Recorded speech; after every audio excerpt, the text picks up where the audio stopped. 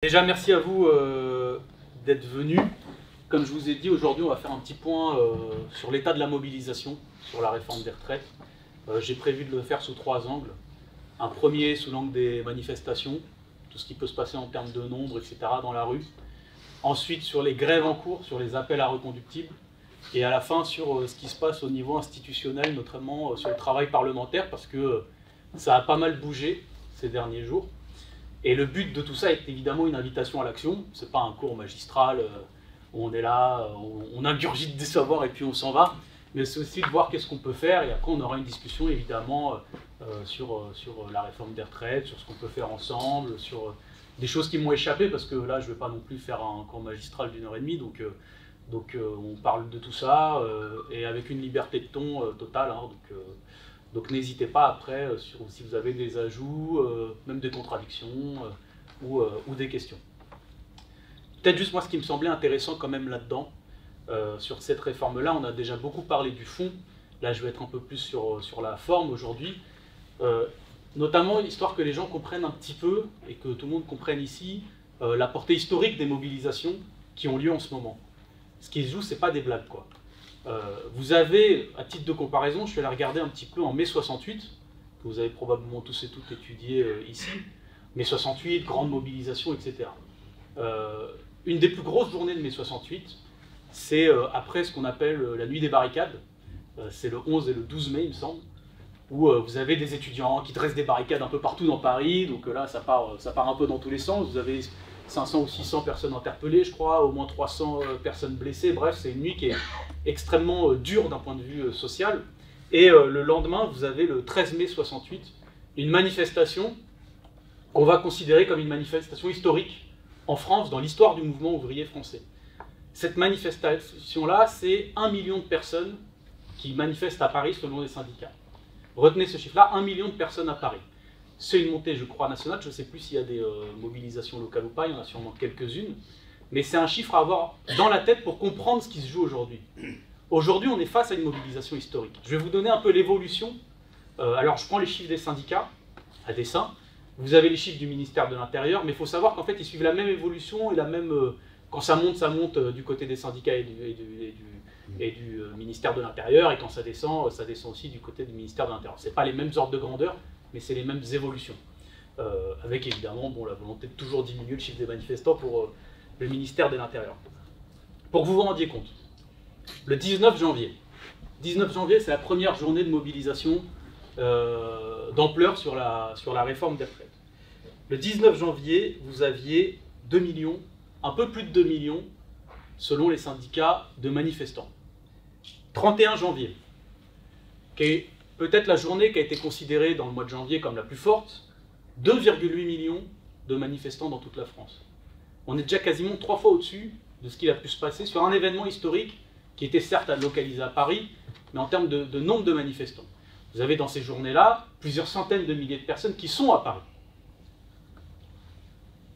7 février, là on arrive un peu dans ce qu'on peut appeler le creux de la vague, donc c'était il y a un mois et quelques. Le 7 février, on est à peu près 2 millions.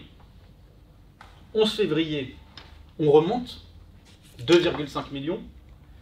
Ensuite, on est un peu dans le creux de la vague où il y a moins de mobilisation, c'est les vacances, zone A, B, C, etc. Et on arrive le 7 mars, c'est-à-dire il y a 2 jours, sur le chiffre de 3,5 millions de manifestants. 3,5 millions. Donc ce qui se joue aujourd'hui, ce que vous avez en face de vous, c'est vrai qu'on n'en parle pas forcément dans les médias ou autres, c'est que vous avez un niveau de mobilisation qui a quasiment jamais été atteint dans ce pays, dans l'histoire sociale de ce pays.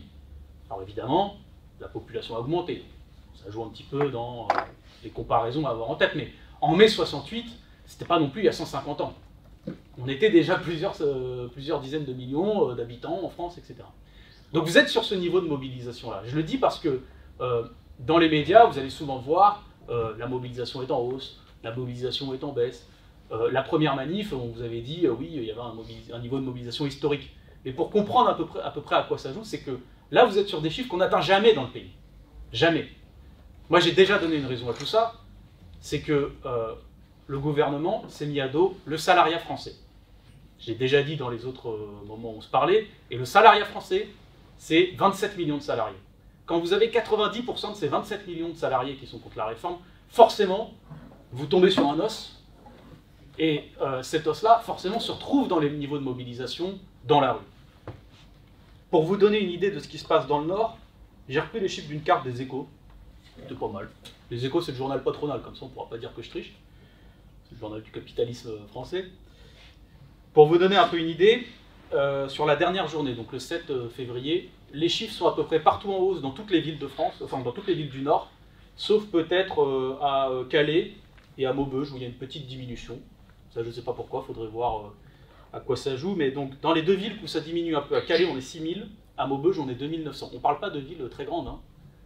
3000 personnes en manif sur des villes qui ont parfois moins de 100 000 habitants, c'est déjà beaucoup. Calais, 6000, c'est déjà énorme.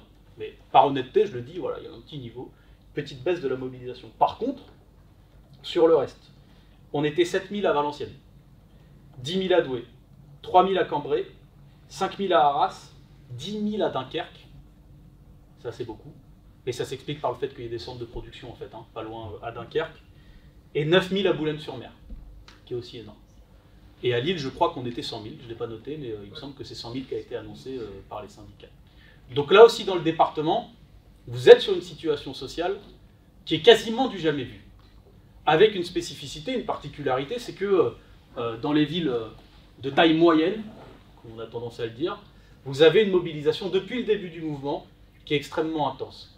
Je pense que ça joue sur plein de choses, mais à mon avis, indéniablement, le fait que des villes comme Guéret, par exemple, dans le centre de la France, dans la Creuse, des villes comme ici, là, que ce soit Valenciennes, Arras, moi, c'est quand même des villes qui ont aussi été beaucoup privées de services publics, où vous avez des habitants qui sont en souffrance et qui, à un moment aussi, à mon avis, décident de renforcer la mobilisation. Je l'explique un peu comme ça. Dans les villes comme Dunkerque ou Boulogne-sur-Mer, où vous êtes sur des ports, sur des sites industriels, etc., là, ça s'explique un peu plus par une mobilisation massive des salariés.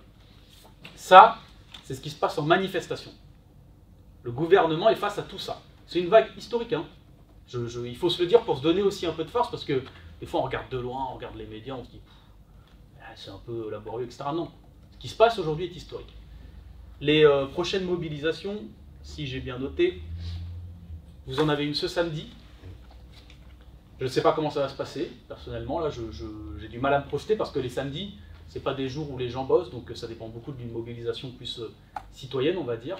Donc c'est le 11, et la prochaine grosse mobilisation des salariés, c'est le 15 mars, donc semaine prochaine.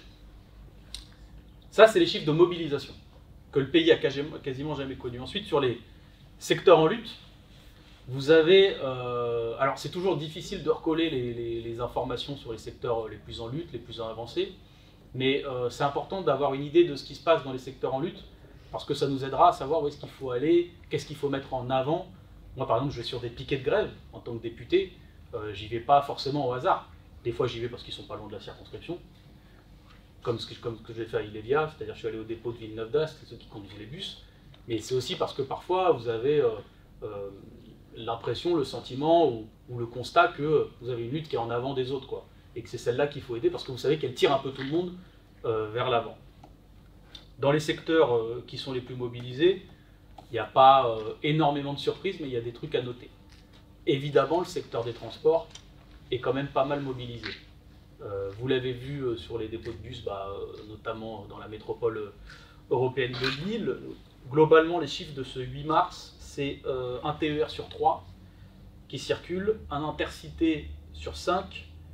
Dans le nord, c'est à peu près 2 trains sur 5 qui circulent. Et au niveau des avions, dans la France, vous avez une diminution des vols d'à peu près 20%. Ce jeudi, pour la SNCF, ça continue quand même, parce que vous avez la moitié des TGV seulement qui roulent chez les Inouïs et les Ouigo, pour ceux qui connaissent un peu les arcanes des TGV. Et pour les intercités, c'est-à-dire les trains de province à province, en général, vous avez seulement 25% d'intercités qui roulent. C'est un chiffre qui est assez intéressant parce qu'en fait, ça veut dire que notamment les gens qui sont dans ces petites villes très mobilisés, ils sentent aussi, bon, c'est dérangeant, hein, mais c'est aussi dans ces petites villes-là qu'on sent que la mobilisation elle continue de tourner parce que pour voyager de petite ville en petite ville, ça devient assez compliqué, notamment si vous n'avez pas de voiture. Alors, un des secteurs qui est vachement mobilisé, c'est les raffineries. Il y a une raison à ça, c'est que comme vous le savez, le gouvernement il fait le report de l'âge légal de départ à la retraite, mais il supprime aussi les statuts spéciaux, les régimes spéciaux. Les régimes spéciaux, on en a déjà parlé, je l'ai déjà expliqué, c'est des conquêtes d'une partie des salariés à certains moments de leur histoire, qui reconnaissent notamment qu'ils ont un travail très pénible, et donc ils ont un statut qui fait en sorte d'aménager notamment leur âge de départ à la retraite et leurs conditions de départ à la retraite. Les gaziers, les électriciens, ceux qu'on appelle les IEG, industrie électrique et gazière, je crois, très tôt dans l'histoire de ce pays, ont réussi à arracher ça. Déjà parce qu'ils sont indispensables, c'est-à-dire que quand ils se mettent en grève, bon courage pour le gouvernement après, parce qu'il n'y a plus de lumière, il n'y a plus de chauffage, mais aussi parce qu'objectivement, ils avaient des métiers dangereux. Et je le dis parce que on a tendance à oublier, mais dans les années 90 notamment, quand vous avez des grandes tempêtes de froid, des grands épisodes de tempête, enfin pas des tempêtes de froid, des grands épisodes de tempête qui ont ravagé une partie du pays, c'est aussi des salariés qui ont une grande et belle idée de leur métier. Ce qui fait que quand vous avez eu des grandes tempêtes dans les années 90, vous avez des salariés d'EDF retraités qui sont revenus sur le boulot pour aider les copains qui étaient encore salariés, pour monter sur les pylônes, redresser les pylônes, etc. C'est des trucs, je veux dire, cette conception-là du métier, c'est aussi une belle conception de leur métier. C'est pas juste une défense comme ça, de leur petite secte, ou non, ça se passe pas comme ça. Et notamment, ils sont mobilisés contre quelque chose qui s'appelle la suppression de leur régime spécial, mais par un dispositif un peu vilain, qui s'appelle la clause du grand-père. En fait, le gouvernement essaye d'acheter les salariés des industries gazières, électriques, etc., en leur disant, mais ça ne vous concernera pas vous, ça ne concernera que vos gamins. En gros, vous ne serez pas concerné par la suppression de votre statut, mais par contre, ceux qu'on va embaucher dans le futur, eux, ils seront concernés. Donc en gros, vous c'est bon, quoi, vous êtes sauvés. Sauf que là aussi, ils sont tombés sur un os, c'est comme je disais, les salariés de ces secteurs-là, eh ben, ils ont une belle idée de leur métier. Et ils n'ont pas envie de laisser ça à leurs gamins. Et ils n'ont pas envie que leur métier soit cassé, précarisé, que les gens ils soient toujours moins bien payés et qu'ils partent toujours plus tard à la retraite. Donc là encore, bah, ça explique aussi le gros niveau de mobilisation, parce qu'à l'Assemblée nationale, ils ont fait passer la suppression de ce régime spécial qui pour eux est une attaque extrêmement grave. Donc du coup, on se retrouve quand même avec des secteurs, notamment le 19 janvier, j'avais noté ça, vous aviez 44% de grévistes chez EDF, chez Total, vous aviez des chiffres qui allaient selon les raffineries de 70% jusqu'à 100% de grévistes, donc c'est pas mal. Les effets des grèves dans ces secteurs-là, ils sont toujours un peu plus différés. Ça met toujours un peu plus de temps quand vous avez un dépôt ou une raffinerie qui est à l'arrêt. Bah là, pour l'instant, les stations essence, elles ont encore un peu d'essence ou autre, mais dans les jours à venir, cette grève-là risque de se faire ressentir. L'effet, il peut être un peu différé. Vous avez par contre des situations un peu différentes selon les fournisseurs, enfin selon les boîtes. Par exemple, la grève est un peu plus dure du côté d'ExxonMobil que du côté de Total. Voilà, ça dépend un peu des boîtes. J'ai noté aussi dans les trucs importants, et ça va m'intéresser pour la suite, les ports. Les ports sont pas mal mobilisés aussi. Donc vous avez plusieurs ports principaux dans le pays, mais ceux à retenir, c'est globalement Le Havre, Marseille. Je crois que vous avez Fos-sur-Mer aussi, qui est assez important. Bon, ces trois grands ports-là sont pas mal mobilisés. Il faut savoir que dans les ports, vous avez déjà un niveau de mobilisation qui est important, mais ça va peut-être s'accentuer, puisque il y a un arrêt de travail de 72 heures qui a été déposé par l'intersyndicale dans ces secteurs-là pour le 14, le 15, le 16 mars. Sachant qu'il y a un appel de l'intersyndicale, ou alors au moins de la CGT, je crois, le 16 mars à une journée port mort, c'est-à-dire là pour le coup, il n'y a rien qui entre, rien qui sort. Les ports, c'est un instrument, enfin les dockers, etc., c'est un instrument de blocage de l'économie et c'est balèze, ça aussi. C'est comme l'électricité, c'est comme le gaz, là on est sur le dur de l'industrie française, du tissu économique français. Quand il n'y a rien qui sort d'un port, ça devient très compliqué, vous avez plein de filières qui prennent du retard en approvisionnement, etc., etc. Donc ça coûte très cher au patronat et au gouvernement d'avoir des ports bloqués. Évidemment, vous avez la RATP, qui est un secteur qui a beaucoup souffert, parce que eux, en 2019, c'est ceux qui étaient le plus en grève, il faut s'en souvenir. Donc 2019, c'était il y a à peine 3 ans. C'est un secteur qui a été en grève de très longues semaines, et donc les salariés de ce secteur-là, ils sont encore un peu crevés, quoi. parce qu'ils ont perdu des mois et des mois de salaire il y a à peine 3 ans, ils ont du mal à se refaire la santé. Mais bon, le secteur est quand même pas mal mobilisé dans la RATP, donc notamment en Île-de-France. Vous avez quand même encore des RER qui sont vachement perturbés. Le RER B, par exemple, qui est une des lignes les plus importantes d'Europe, fait un train sur 2 encore aujourd'hui. Donc ça aussi, c'est quand même à prendre en compte. Vous commencez à avoir aussi des secteurs assez intéressants qui commencent à monter là. Vous commencez à avoir des articles, parce que c'est pareil, c'est des effets de grève qui se voient quelques jours après, notamment chez les éboueurs. Là, à Paris, ça commence à monter. 3700 tonnes, là, à Paris. En fait, ce qui se passe chez les éboueurs à Paris, notamment, il me semble qu'il y a un arrondissement sur 2 qui est plus nettoyé. Donc là, c'est pareil. La grève des éboueurs, c'est un truc quand même qui est important, que les gens voient. Ça pose notamment beaucoup de problèmes aux restaurateurs, aux commerçants, parce que forcément, quand vous avez un café en terrasse, enfin quand vous avez une terrasse, mais qu'en face, il y a plein de détritus, c'est un peu une galère. Donc le secteur des éboueurs est historiquement aussi un secteur qu'il ne faut pas prendre à la légère. L'autre genre de secteur, qui lui, ça a débloqué très vite, comme à chaque fois, c'est les routiers, les gros camions, puisque les routiers, en général, ils arrivent à se faire entendre, c'est simple, sinon ils mettent leurs camions sur l'autoroute, t'en mets 5 ou 6, fini. Voilà, et alors pour après les déloger, c'est une perte de temps de fou, c'est des bouchons de malades. Donc ça aussi, c'est un gros instrument de blocage de l'économie, mais qui s'est fait entendre assez vite par le gouvernement, qui je pense a une peur bleue des routiers en général.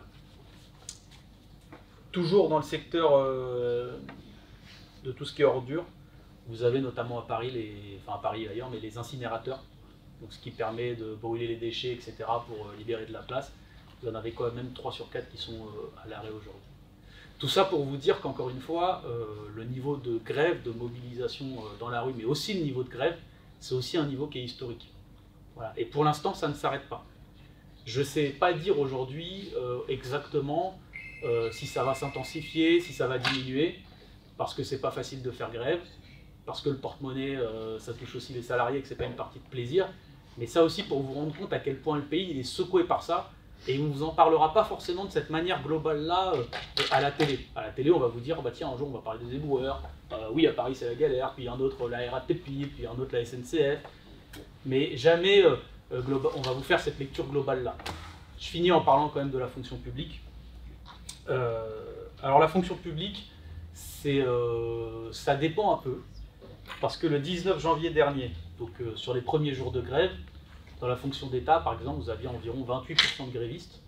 Ça a pas mal diminué sur les journées d'après, notamment le 16 février, il n'y avait que 5% de grévistes, donc ça a fait comme ça, et c'est remonté sur la journée du 8 assez fortement, avec 25% d'agents de la fonction publique en grève. Donc la fonction publique, c'est un peu, voilà, c'est notamment chez les profs, ça s'explique par quelque chose de simple, c'est que les agents de la fonction publique sont aussi de plus en plus précaires.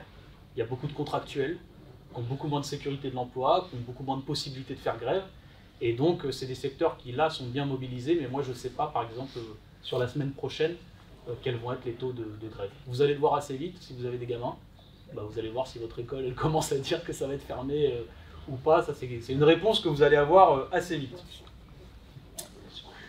Voilà un peu l'état de la mobilisation dans la rue et sur les piquets de grève. Évidemment, il y a plein d'entreprises qui sont en grève aussi, qui utilisent aussi cette grève pour faire avancer des revendications salariales ou autres dans leur entreprise. Mais ça aussi, c'est un niveau de grève qui est historique, qui est dans l'histoire de notre pays, qui est extrêmement rarement atteint. Mai 68, pour le coup, il y avait autant de grévistes, voire plus, parce que vous avez tous les salariés du pays quasiment qui étaient en grève, mais vous êtes sur du niveau de très lourdeur, très lourd pour le gouvernement. Extrêmement difficile à eux pour gérer. Et moi, je pense qu'en tant que militant politique, c'est aussi notre tâche, notre devoir, de toujours présenter cette vision globale-là des choses. Pas juste de dire, ah, la RATP, les éboueurs, les machins, de toujours rappeler ces ordres de grandeur-là quand vous parlez avec les gens ou quand vous contestez le gouvernement, ce qu'on fera à l'Assemblée très bientôt, ou dans les médias ou autres. C'est ces ordres de grandeur-là qui sont importants. C'est cette cohérence générale-là qui est importante pour leur foutre la trouille en face au gouvernement. Évidemment, c'est jamais sympa une grève à subir pour les voyageurs, donc pas de triomphalisme, pas de c'est super la grève. Je rappelle quand même que c'est vrai que ça fait plaisir à personne de perdre une journée de salaire. Il faut toujours être humble par rapport à ça, pas se présenter comme des types folkloriques qui adorent bloquer tout. Mais par contre, assumer le rapport de force et dire que c'est le seul choix qu'on nous a laissé, qu'on a laissé aux salariés jusqu'ici. C'est pas de notre fait la grève, c'est leur fête.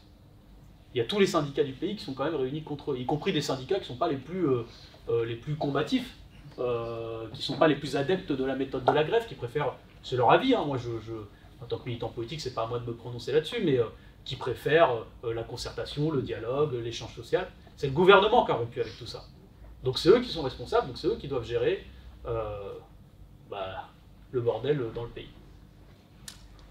Tout ça pour finir sur la mobilisation institutionnelle, parce qu'il y a eu du changement. En gros, le texte était à l'Assemblée nationale, pour ceux qui ne le savaient pas, et il est passé à l'Assemblée nationale avec un truc qui a été ressorti du cimetière, qui s'appelle l'article 47.1, qui est une espèce de guillotine. Ça, je l'ai déjà dit, mais c'est quand même fascinant. Ce gouvernement nous apprend qu'il est capable de lire la Constitution avec beaucoup de sérieux, de nous ressortir des articles de la Constitution que personne connaissait. Ça, quand il s'agit d'aller vite et d'imposer ça aux salariés, ils sont forts. Par contre, quand il faut respecter les droits humains, la Constitution, plus personne n'en parle. Ça disparaît dans les abysses. Donc là, ils ont sorti l'article 47.1. L'article 47.1, c'est pas si difficile que ça à comprendre. Le gouvernement dit à l'Assemblée, vous avez 2 semaines pour vous décider sur la loi. Si à la fin vous n'avez pas voté, on s'en fout.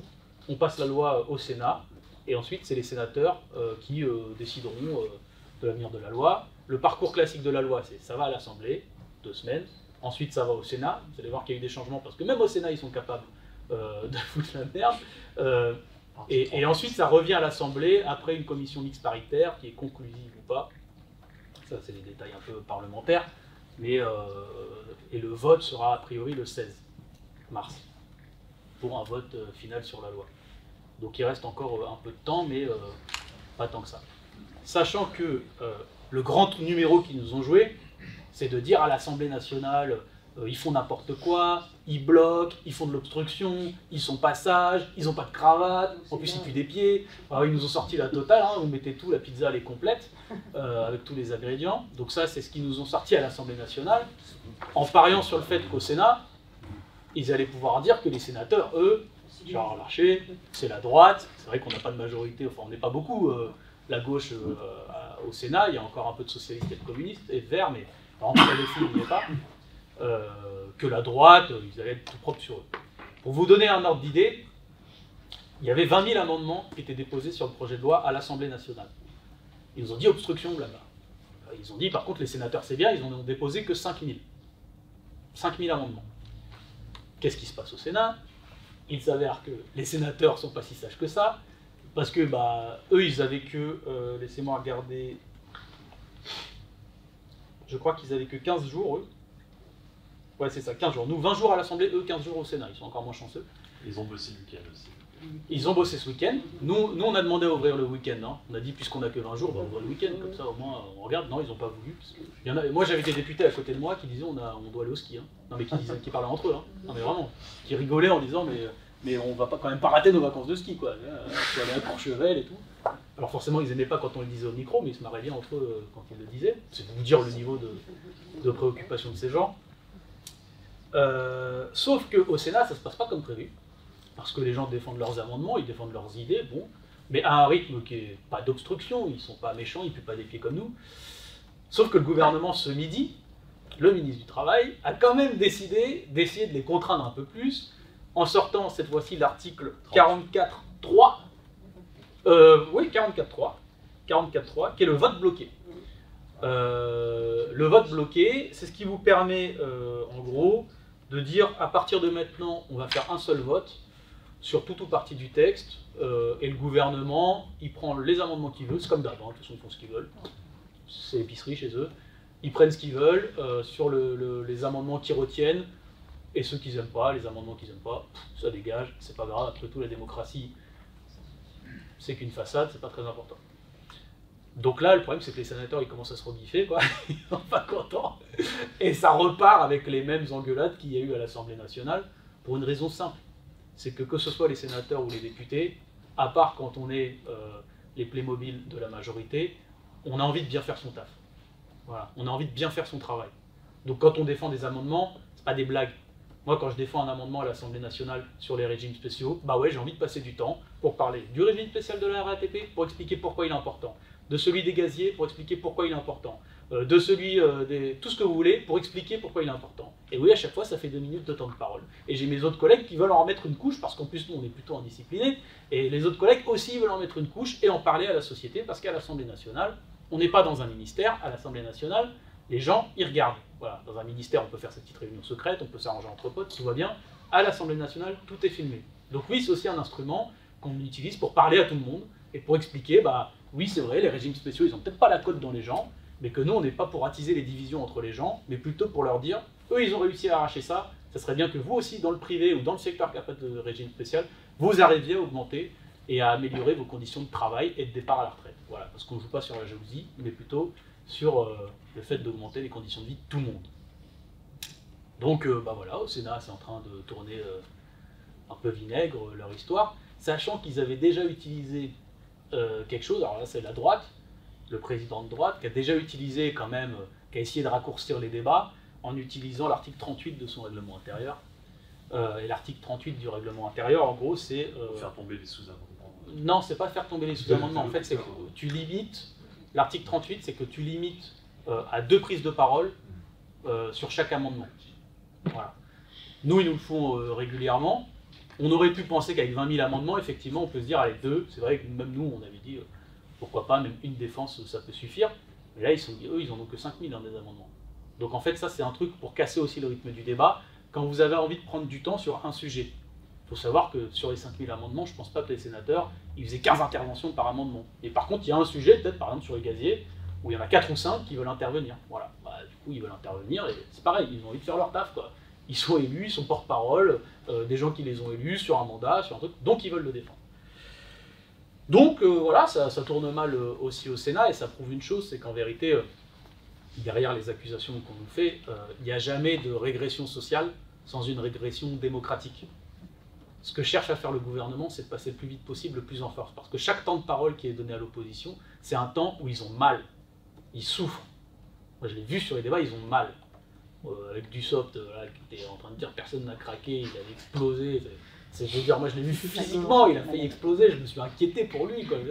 Alors c'est vrai qu'on est un peu taquin, on s'est barré en chantant, on est là, tout ça, donc forcément l'autre il était encore plus... Mais ça leur fait mal. Vous avez des moments où vous avez des députés qui les mettent tellement dans les cordes, c'est ce qu'a fait notamment un socialiste, que vous avez le ministre du Travail qui dit j'ai pas de compte à vous rendre à un député. Alors que le gouvernement, dans la Constitution, mais ça ils l'ont pas lu, hein, ils ont que le 47.1, 49.3, machin. Et dans la Constitution, le gouvernement il est responsable devant le Parlement. Et c'est pas que au moment de la dissolution ou autre, c'est qu'il doit nous rendre des comptes. Il doit se comporter bien.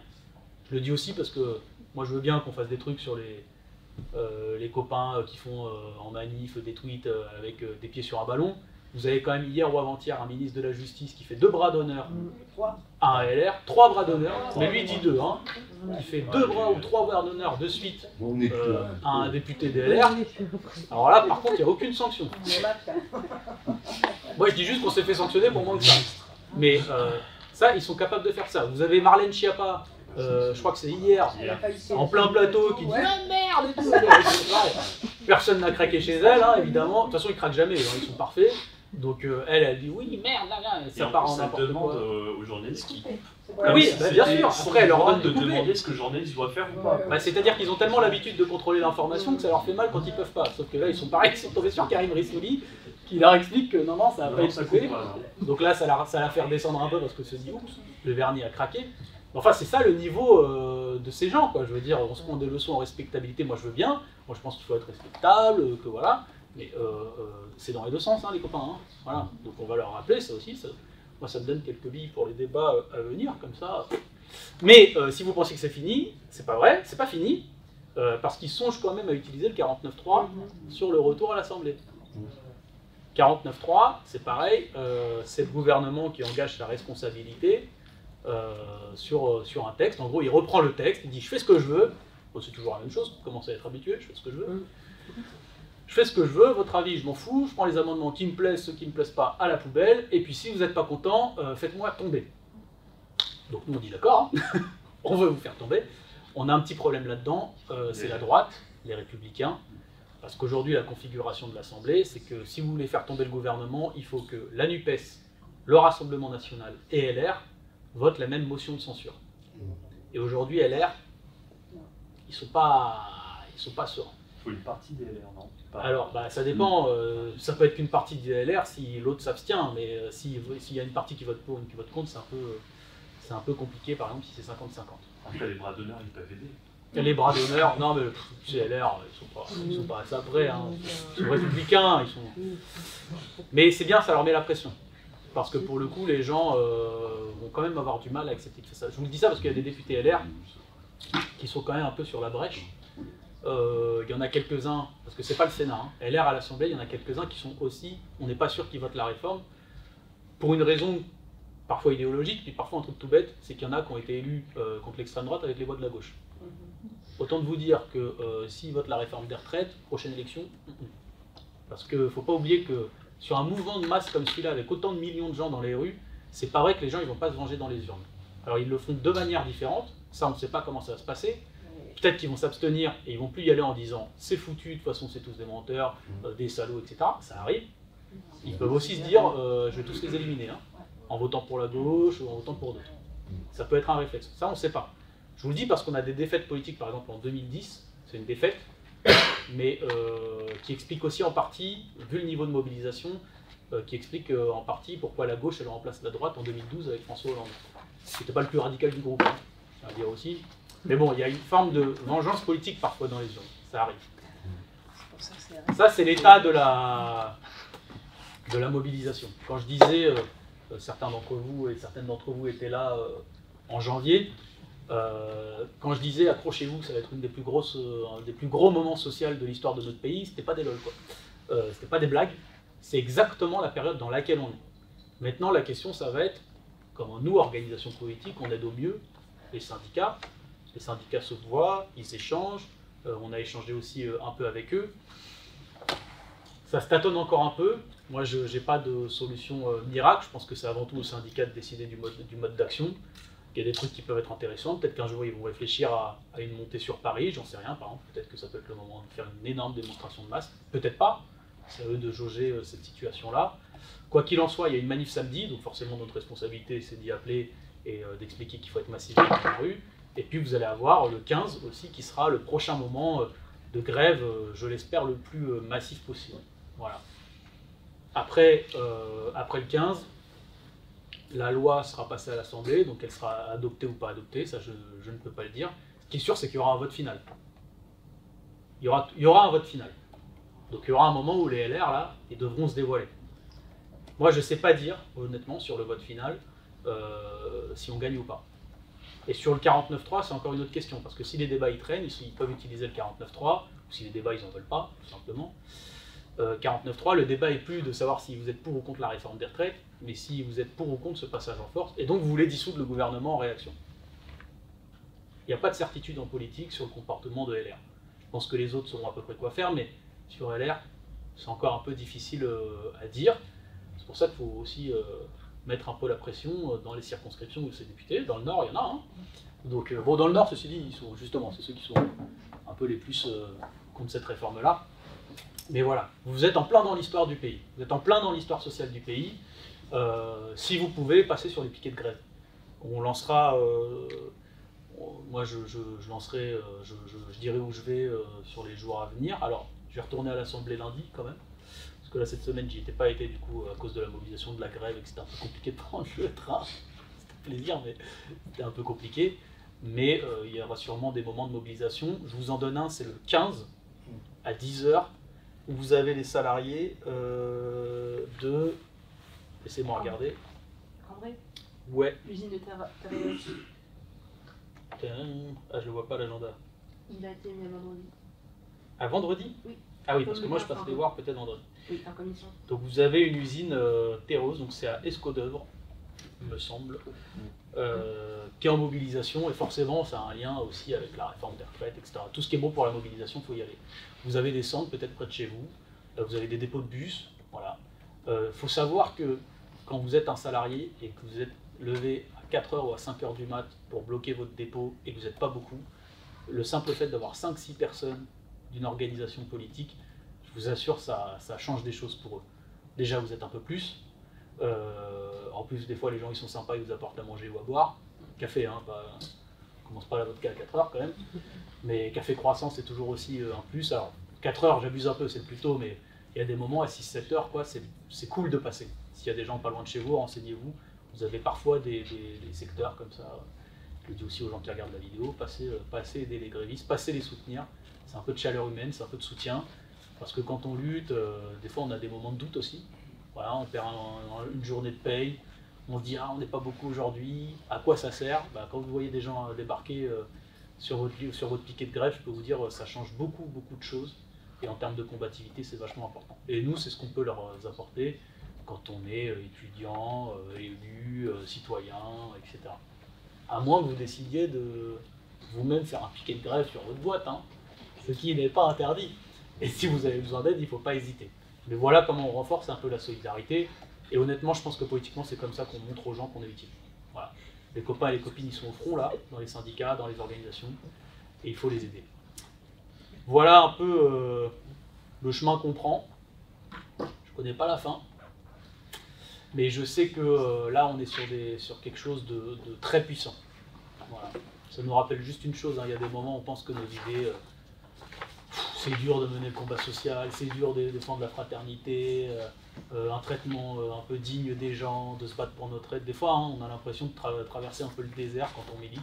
On se dit tout le monde est contre moi, c'est terrible. Et puis d'un coup, boum, ça remonte. Voilà. Et vous vous retrouvez face à une des plus grandes grèves de l'histoire de la Ve République, voire même de l'histoire du pays.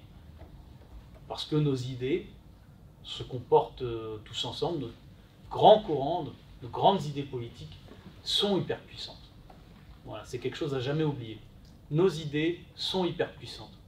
Le fait de travailler dignement, de prendre soin de soi, de prendre soin des leurs, de pouvoir partir à la retraite pas trop tard si possible, avant de mourir. Et y compris le fait, quand on est à la retraite, pas d'arrêter de travailler, mais de choisir où on veut travailler. Ce qui est un peu différent. Où on veut travailler, c'est-à-dire que tous les mois on a la retraite qui tombe et on choisit le secteur dans lequel on veut travailler. Ça peut être de l'associatif, ça peut être prendre soin des petits enfants, des petits et des petites. Ça peut être la politique, parce que vous avez plein de maires ou de conseillers municipaux qui sont des retraités. Bref, vous faites ce que vous voulez. Et cette fois-ci, ni l'État, ni l'entreprise, elle a son mot à dire sur votre vie. Voilà, c'est des idées qui, je pense, continuent d'être dans les têtes et dans l'histoire sociale un peu particulière de notre pays, qui a construit la sécu sociale, qui a construit plein de belles choses. Et donc, je pense qu'on peut en être fier. Et ce combat-là, c'est qu'une étape. Qu'on gagne ou qu'on perde, de toute façon, je pense qu'à la fin, c'est nous qu'on va gagner, comme dirait le copain Ruffin. Voilà, merci à vous de m'avoir écouté, d'avoir été très attentif.